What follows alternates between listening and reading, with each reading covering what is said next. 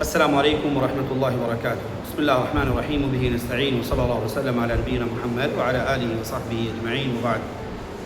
اللهم انفعنا بما علمتنا وعلمنا ما ينفعنا وزدنا علما وعملا وهدى وتقا یا کریم اللهم آمین. عزیزان گرامی، تقریباً اس ماہ مقدس کے 2 عشرے گزر چکے ہیں. تیسرے عشرے میں داخل ہو ہی رہے ہیں. یقین مانیں یہ عشرہ ان 2 عشروں کے مقابلے میں کہیں زیادہ اہم ہے. اس کی قدر کرنا ایک انسان کے لیے کتنا ضروری ہے آپ اندازہ کریں. ایک لمحے کے لیے بھی مس کرنا، کچھ دیر کے لیے بھی ایک انسان کی غفلت، اس کی سستی کئی بار اس کے لیے سزا بن جاتی ہے. ہم سوچتے ہیں کہ جیسے تیسے گزار لیا. یقین مانیں یہ جیسے تیسے گزارنا ایک طرح سے یہ بھی سزا ہے.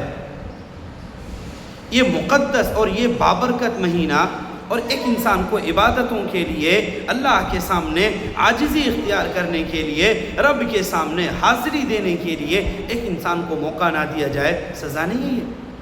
کیا سزا صرف بیمار ہونا، کوئی نعمت چھین جانا، توفیق چھین لینا بھی ایک طرح سے عذاب ہے؟ یہ کب ہوتا ہے؟ جب ہم چیز کی قدر نہیں کرتے.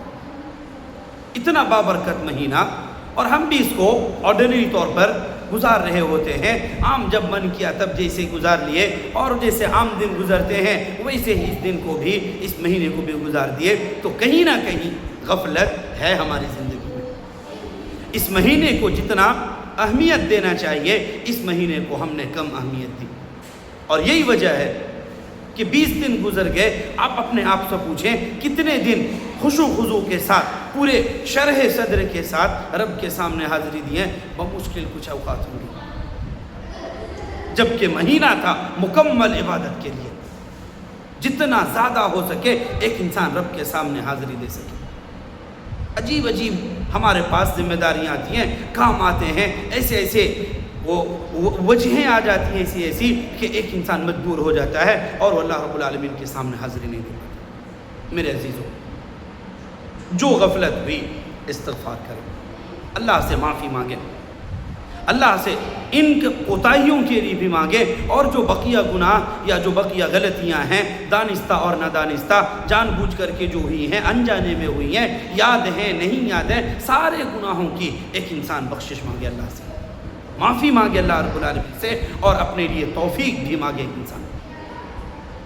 یہ آخری عشرہ آپ اندازہ کریں، وہ ہستی جن کے آگے پیچھے سب گناہ معاف ہیں، اس کا یہ عالم ہے صلی اللہ علیہ وسلم، ان کا یہ عالم ہے کہ اس عشرے کے ساتھ ہی وہ مکمل تیار ہو جاتے ہیں. عائشہ رضی اللہ تعالیٰ عنہ کہتی ہیں کان رسول اللہ صلی اللہ علیہ وسلم اذا دخل العشر الاواخر، کہ جب آخری عشرہ نبی علیہ الصلوۃ والسلام پر داخل ہوتا، شد میزرا، اپنی کمر کس لیتے، مکمل تیاری کر لیتے، ادھر ادھر کی ذمہ داریوں کو چھوڑ کر کے یا ادھر ادھر کی مشغول ہونے والی چیزوں سے الگ تھلگ ہو کر کے مکمل پوری توجہ اس مہینے کی طرف آ جاتے. اور احیا لیلہ، ان راتوں میں شب بیداری کرتے، جاگتے، وایقظ اہلہ، اور اپنے گھر والوں کو بھی جگاتے.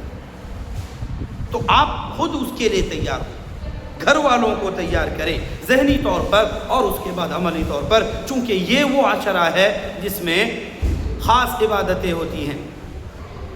لیلۃ القدر ہے جس کی محرومی نبی علیہ الصلوۃ والسلام نے کہا تھا کہ فقط حرم الخیر کلہ، ہر قسم کی بھلائی سے وہ انسان محروم ہو گیا جو لیلۃ القدر کی فضیلتوں سے محروم ہوا. یہی وہ عشرہ ہے جس میں سال بھر کے فیصلے ہوتے ہیں. ایک انسان کے لیے تقدیر سنوی کا اجرا ہوتی ہے یا اس کی تجدید ہوتی ہے، سال بھر کے اندر ہونے والے واقعات. یہی عشرہ ہے جس میں اعتکاف ہوتا ہے، دنیا سے الگ تھلگ ہو کر کے ایک انسان زیادہ سے زیادہ وقت اللہ کی عبادت کے لیے نکال سکے. یہ ٹریننگ ایک انسان کو دی جاتی ہے.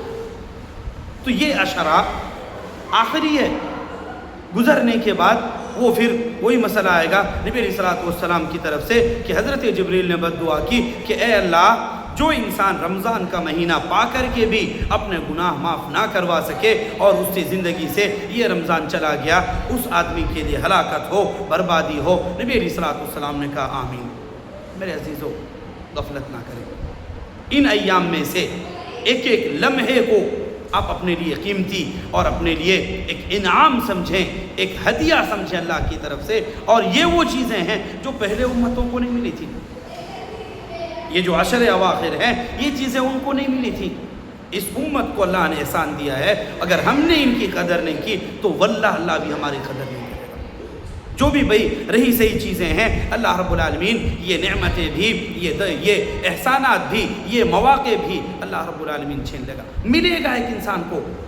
عجیب عجیب لوگوں آپ نے دیکھے ہوں گے کہ مسجد میں ہوتے ہوئے بھی ایک انسان قیام اللیل نہیں کر رہا ہے، تو جاگ کر کے بھی ایک انسان عبادتیں نہیں کر پائے گا، اللہ رب العالمین توفیق چھین لے گا۔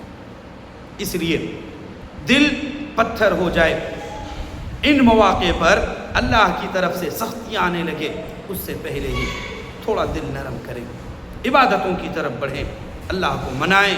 اس آخری عشرے میں جتنا زیادہ ہو سکے اللہ کے سامنے عاجزی اختیار کریں، گناہوں کی معافی مانگیں، اللہ رب العالمین کو منائیں۔ یقیناً یہ عشرہ اگر ہم نے اس طرح سے گزارا تو اللہ رب العالمین کی پھٹکار اور اس کی سزائیں انشاءاللہ اس کے چانسز کم ہو جائیں گے، کیونکہ اللہ رب العالمین نے اس مہینے کو معافی کے لیے بھی بھیجا ہے۔ لہذا ایک انسان جو دوری ہو گئی ہے، جو فاصلہ ہو گیا ہے، اس دوری کو مٹائے اور اللہ رب العالمین سے معافی مانگے۔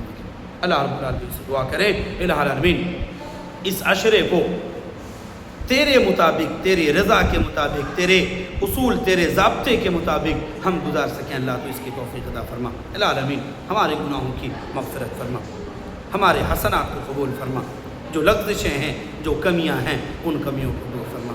الہ العالمین تو ہم سے راضی ہو جا، الہ العالمین ہم سے ناراضگی نہ رکھ، الہ العالمین ان کاموں کی توفیق دے جو تجھے راضی کر سکیں، ان اعمال سے بچنے کی توفیق دے جو تیری ناراضگی کا سبب بنے۔ آمین۔ اقول قولی ھذا واستغفر اللہ لی ولکم ولسائر المسلمین واستغفروا من کل ذنب انہ الغفور الرحیم، وصلی اللہ وسلم علی نبینا محمد۔